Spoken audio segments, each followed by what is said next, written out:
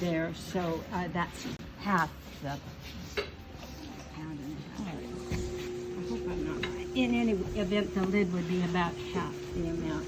I'm going to pin it in the old-fashioned way so that you just see it, but you'll use your bat pins. And hopefully you have some bats to use. I turned them back in last week because I didn't want to take. I thought I didn't think I'd take them home. So take them home. Yeah. Okay. Keep them, or get a locker. Okay. Otherwise. There might not be any. Yeah. Okay. So I have a small stash of. And I have a nice one. I've got 3.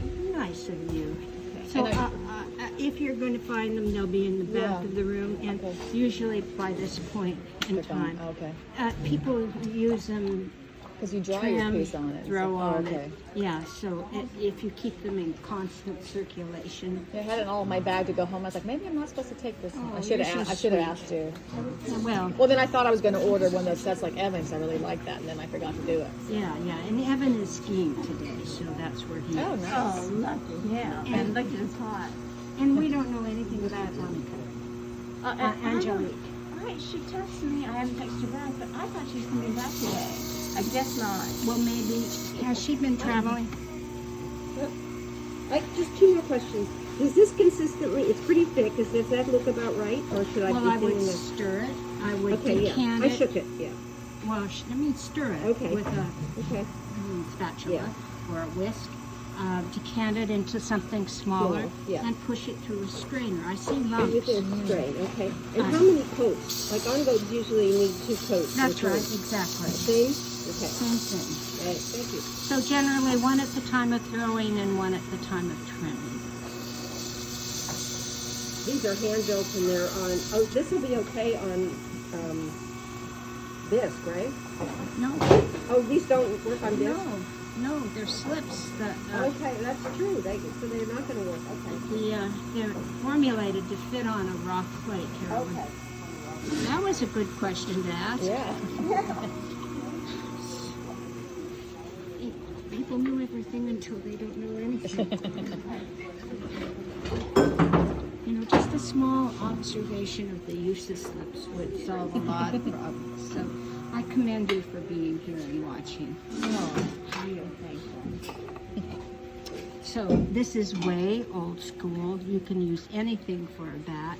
Ideally, bats are made of wood.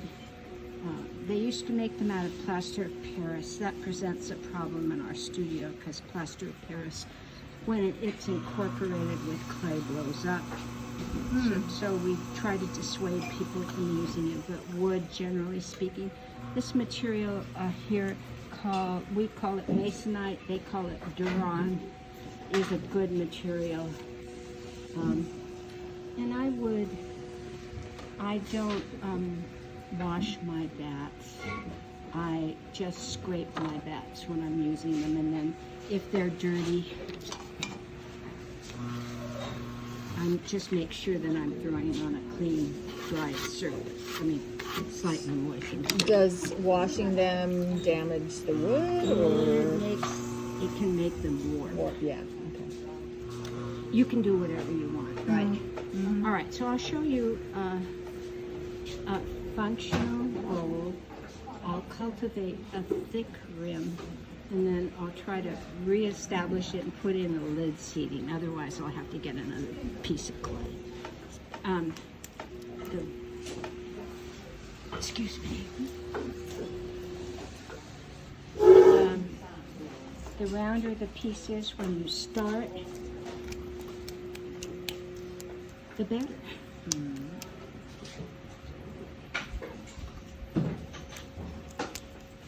Start with a nice flat dot.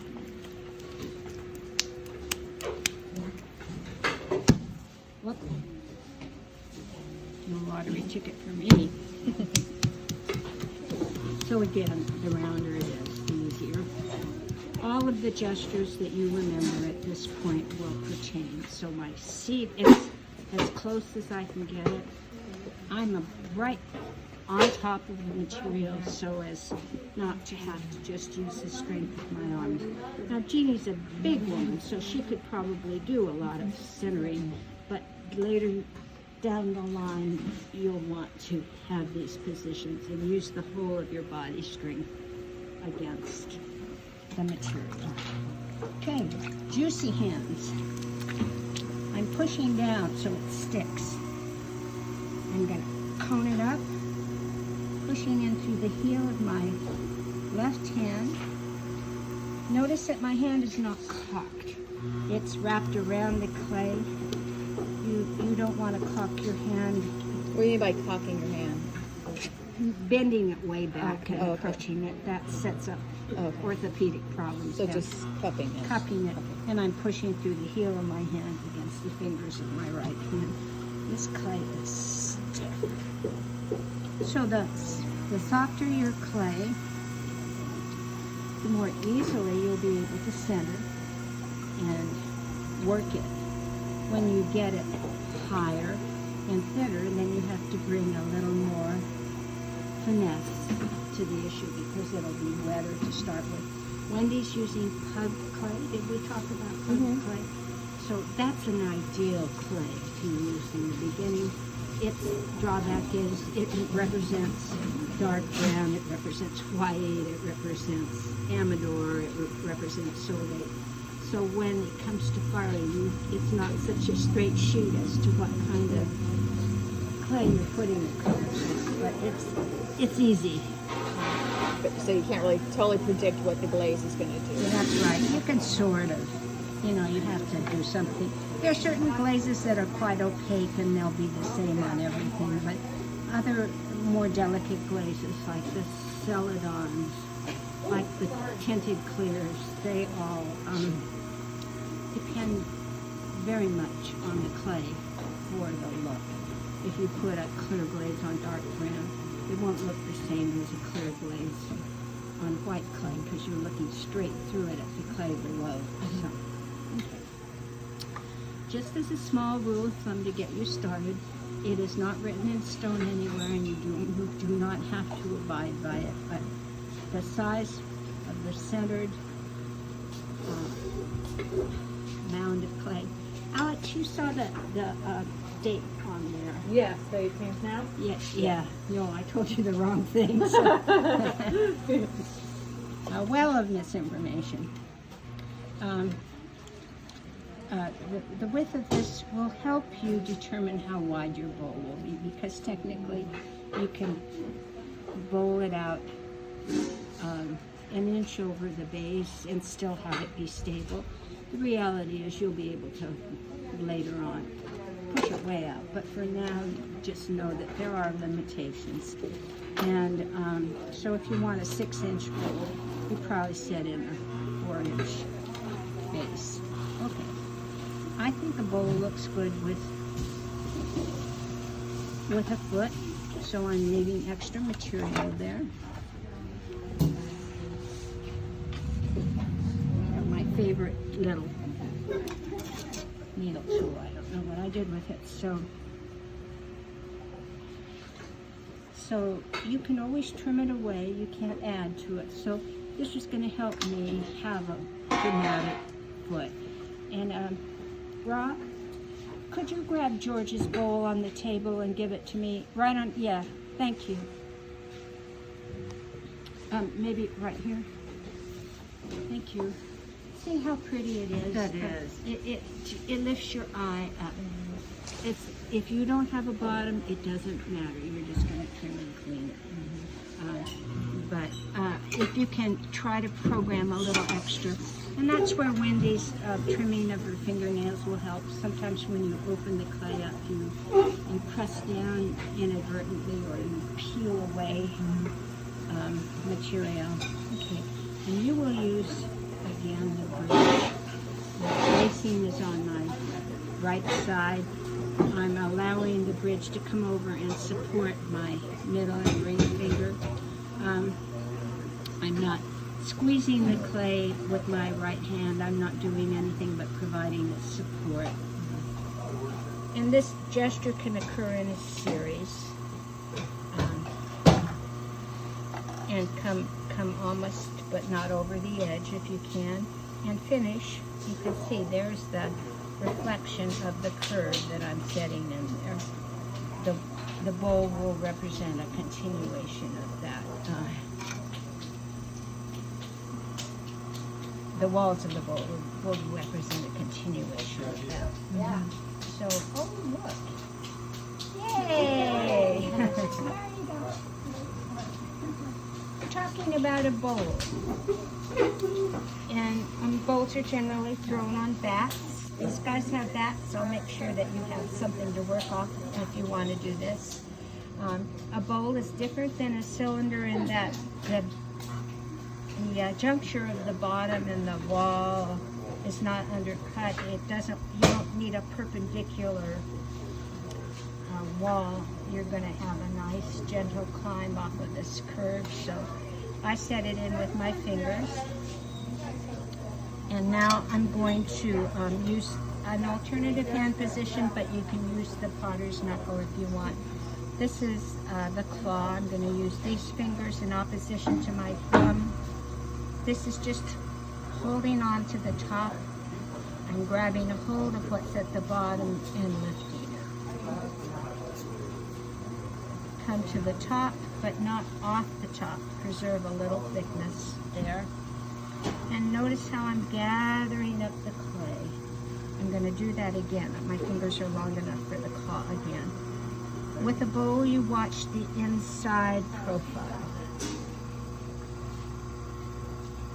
Come to the top, but not off. We want to preserve a little thickness here. I neglected to say you want to be sure that your bottom is compressed. So before your walls get high, go ahead and run your hands, your fingers from the inside to the outside, from the outside to the inside. I'm not displacing clay or moving clay. I'm just making sure everything's flat, relatively flat. And that happens 3 times. And you would normally do that before you started raising the walls, right? Yeah, Okay. I just lost my mind. Okay, and now I'm no longer trying to control its direction. I'm letting it go the way it always wanted to. I'm going to use a potter's knuckle. And I'm watching the inside profile.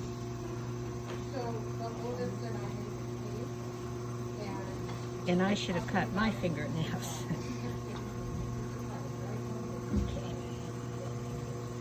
Again, notice how I'm collecting clay from the bottom and lifting it up. Make sure everything's lubricated.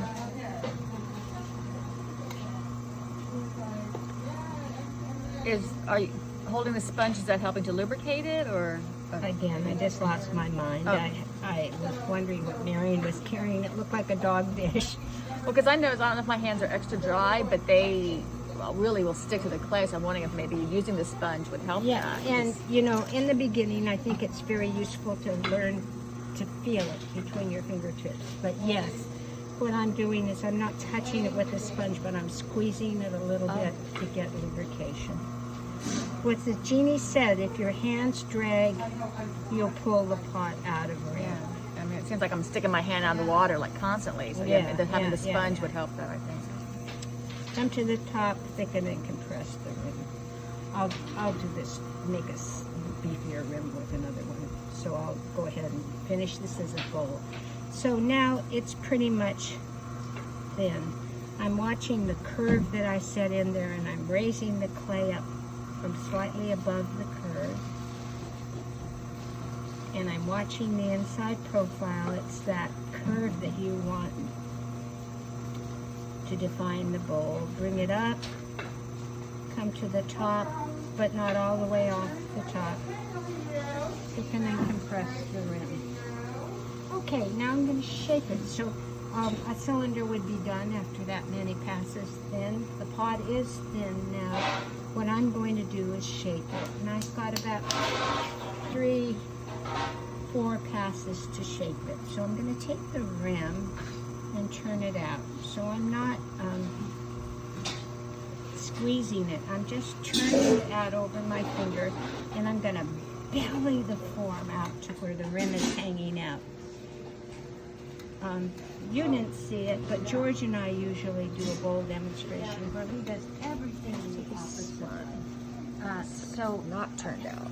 not turned out, and that's just a matter of personal style. I think that a bowl that has a little bit of robustness at the lip withstands our family's abuse. But I have some bowls of George, and they are very sturdy, and it is a classical Asian form. Yeah, it's very Asian. Okay, so I'm going to shape it. My hands are starting with that right hand against the wheel head and the left hand against the base of the pot. So they are in this alignment, and I'm joining my hands together. Watching the inside profile, my inside hand is pressing more aggressively. My outside hand is just riding along, supporting it. If it pushes as aggressively as the inside hand, it will push the belly back. So you notice I came up to where the rim was turning out. If I want it lower and wider, I turn it out. Again, this is what I do. It's not written in stone. Inside hand pressing more aggressively. Notice that it's occurring in a series of passes rather than one definitive push. And notice too that the rim is thinning as the form becomes wider. Okay, one more time. I'm keeping in mind that the clay is wet and full of water and thin, so notice my wheel is going slow. I finish by doing this. I finish by using this free chamois. But if your free chamois doesn't want to cooperate, you can use this. At this point, you're going to be concentrating on smoothing your rims just a little bit. It will allow for the glaze to adhere to the rim and make it a more functional piece. So that is the basic bowl. It's stretching out not very far over the base.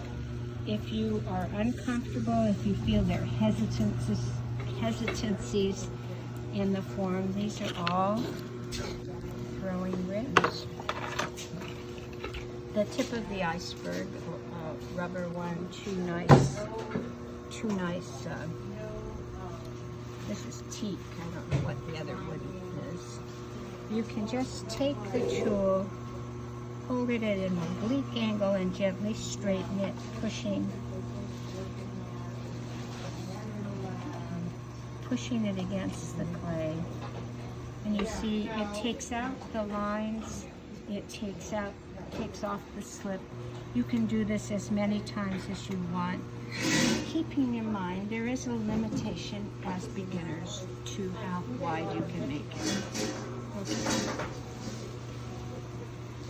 I finish by, do you see my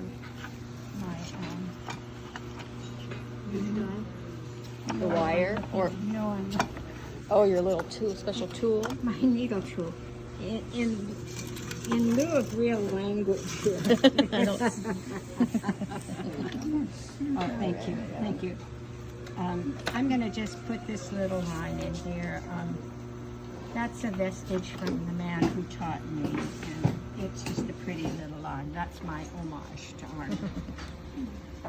This is the point, as you now have had reinforced by Carolyn saying that we put it on bisqueware. This is the time where you might want to put slip on your piece. Slip is this material that we're covered with, colored a little bit. There's also a white slip. And you can scratch through it. I usually bring an example, and I didn't think that we would do this again, so I didn't bring George's example, but you can put it on, you can scratch through it, you can carve through it. It just adds to your bag. You don't want to wait till it's rather hard? No. I want to do it right now where it's centered up on the bowl, but I do want to put on 2 applications. But can you put it on a leather hard piece, like when you're Yes, you trimming? can. Okay. Yes, you can. Yeah. But it's better if you get 2 coats on rather than 1. So you would do it in stages on your leather Okay. hard. 2 coats. And you can see this is not masking. It comes in various thicknesses in the container depending upon who uses it. The slips are right around the corner, immediately to the left. There are test bowls that show you the color of it. So what I will do with this is so much fun. When my pot is ready for trimming, I will put on 1 more coat if I want it opaque. But you can see how pretty it is when you can see the clay through it a little bit. You can put lines, just informal lines at this point. Entirely up to you. I'm going to take just a little bit of material off the bottom. You can use your wooden pointed tool for that, or I have this nice tool you're welcome to use. It's called a turning tool. It's easy to push the curve that's so essential to defining a bowl in when you trim.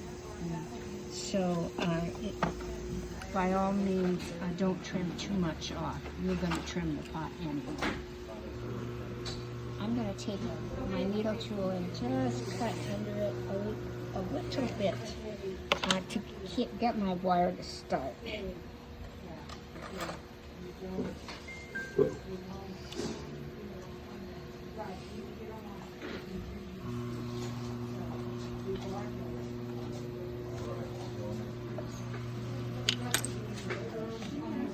I dropped clay on there. It's going to make me crazy.